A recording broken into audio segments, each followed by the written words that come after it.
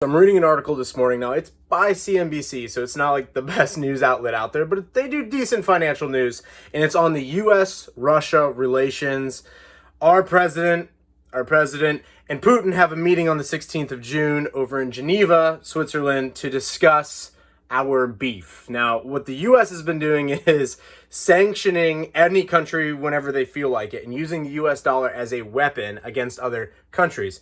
What I love about Putin is he goes, maybe we just won't sell oil denominated in U.S. dollars. And what the American public has no idea about is if that were to occur and other countries were to follow suit, I mean, our dollar is literally backed up by nothing. It is the petrodollar. When we pulled it off the gold standard in 1971, we were able to negotiate oil contracts being written in the U.S. dollar. So in a way, it's now the petrodollar. It's backed up by oil. And what backs it up behind that is like the U.S. Navy and military and all those other things that like basically nothing backs our dollar except our military.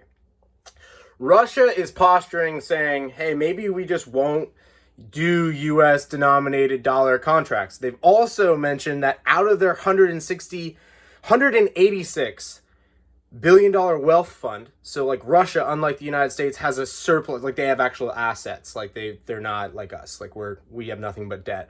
They have assets. They have floated that they are going to cut their U.S. dollar assets out of their wealth fund, out of their sovereign wealth fund. This is interesting because as these types of tensions mount, as they continue to build, and the baby boomers that are leading us, I mean, because that's who we have as leaders, continue to do what they've always done, which is just be a generation of just consumers and basically just continue to just pillage from the world using the dollar's status, the world's reserve currency, to just accept more in, import more in than we export, or basically consume more than we produce at any level, foreign or domestic. This is coming to a very real end. And so this is something to watch for, because at some point in time, I do speculate that Russia or another country, but most likely Russia, will decide that the U.S. petrodollar is done. And that will probably be a pretty significant nail in the coffin of the U.S. dollar. And it will change our living standards in this country, like, dramatically. Like, if the U.S. dollar loses its reserve status, the shelves at Target are blank. I mean, there's nothing out there. I mean, it's just like when we lose our reserve currency status, Americans not only will have a cheaper dollar, a dollar that's worth less, their standards of living are going to significantly decrease as the world standards of living, fairly and rightly so, increase, because we've been purging the world since 1971, when we pulled the dollar off of the gold standard and we were just like, we're just going to consume things and print our dollar whenever we want. And other people were like, well, all the other currencies suck too. And so, I mean, the dollar is it's the best house in a bad neighborhood. The reality is that this really is a poll between the generations. It's really a poll between the boomers and the millennials, like guys like me. Because we don't have as many opportunities as the boomers had. And the boomers are continuing to run and make the decisions in this nation. The escape hatch, when you look at this situation, is a transition or a migration over into the crypto universe. And I'm not just talking or referring to Bitcoin or any of these other things. I'm just saying that the millennials have realized through Wall Street bets on Reddit or any of these other things, the GameStop saga that's going on, the AMC that the system is rigged. And it starts with the U.S. dollar system. It's completely and totally rigged. And other nations realize this too. So something to watch for is, as this unfolds, it's going to significantly change the standard of living in this country and countries that use our dollar.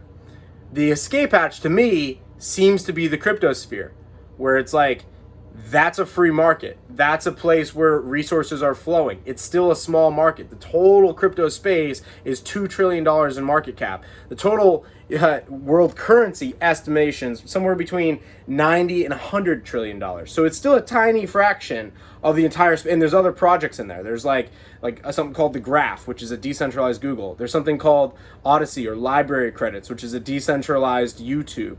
Like, there are these types of projects occurring right now that are very, very interesting, because it's moving us to a decentralized world. What we've learned here in the last year or two is that centralization is not working, and it's certainly not working for the younger generations as these boomers continue to just make terrible and worse decisions.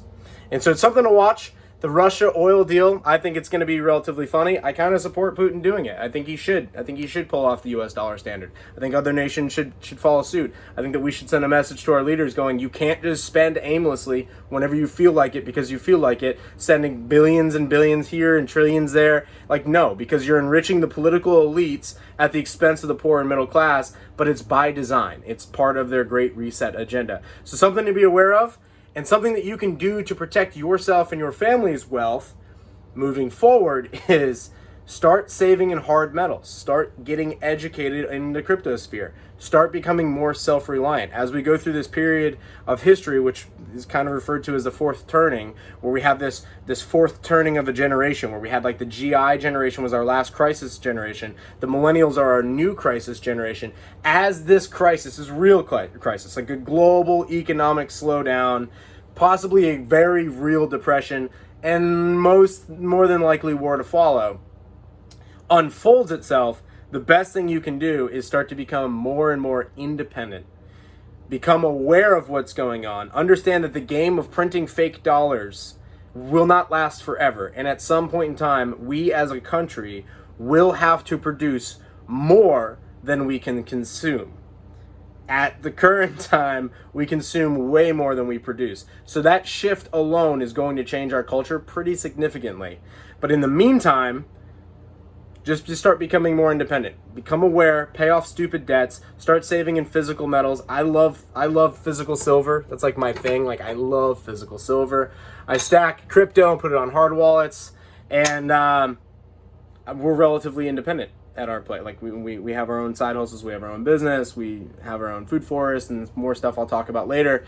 But those are things that you can do as we transition. But the one thing that the millennials need to understand is that our standard of living as a whole, not necessarily your individual standard of living, because there's a lot of opportunities at this point in time, but as a whole, as a nation, is going to drastically change when the end of the petrodollar becomes evident. And we are seeing the first posturing, and we are getting very close to that event where the dollar will lose its world reserve currency status. And that will be a major game changer. Love you guys. Like and subscribe. Please comment below. Let me know what you guys like in these videos and what I can do moving forward to bring you guys value. Peace.